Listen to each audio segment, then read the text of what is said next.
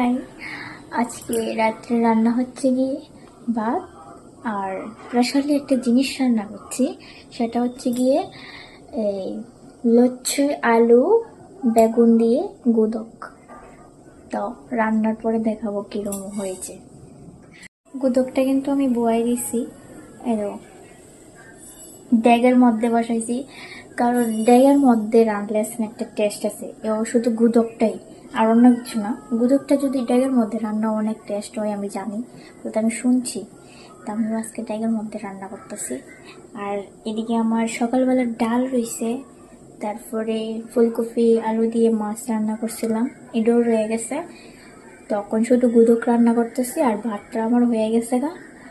তো গুদকটা হইলে তোমাদের দেখাবো যে কেমন হয়েছে গুদকটা ড্যাগের মধ্যে। আমরা রাত্রেবেলা একটুকু দিয়েই হয়ে যাবো আমরা দুজনের। কিন্তু আবার হাসছো না যে আমি আদা বাংলা আদা খাস বাংলা কথা বলতেছি। তো আমার কাছে একটু খাস বাংলাটা বেশি আয় মুখ দিয়া, কারণ আমরা কথাই এমন করা কেলো কথা তো আমরা ঘরের মধ্যে বা বেশি একটা কই না। তো আমরা বেশিরভাগ খাস বাংলা কথাটাই মুখ দিয়ে আয়ে, তো কেউ হাসছো না বলে। এই দেখো বসাইছি যে গুদকটা,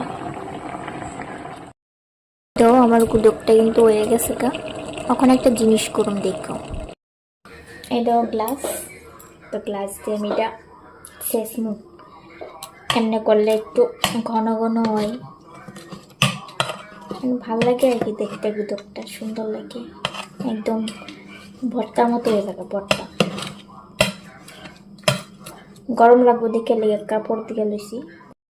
ওই তো পুরা ভর্তা হয়ে গেছে কেন, দূর তোমার লেগে দেখা যাইতেছে না।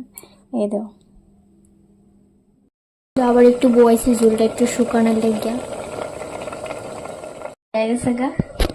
এই দাও মানে একটু ঝুলটা শুকানোর লেগে বয়ে রাখছি। তো কেমন লাগছে ভিডিওটা কিন্তু অবশ্যই জানাইবা আমারে। আমি জানি বলতে সবাই একটু হাসবা আমার এই বাঙালির কথা শুনে, তারপরেও জানাইও হ্যাঁ কেমন হয়েছে। Tata, good night.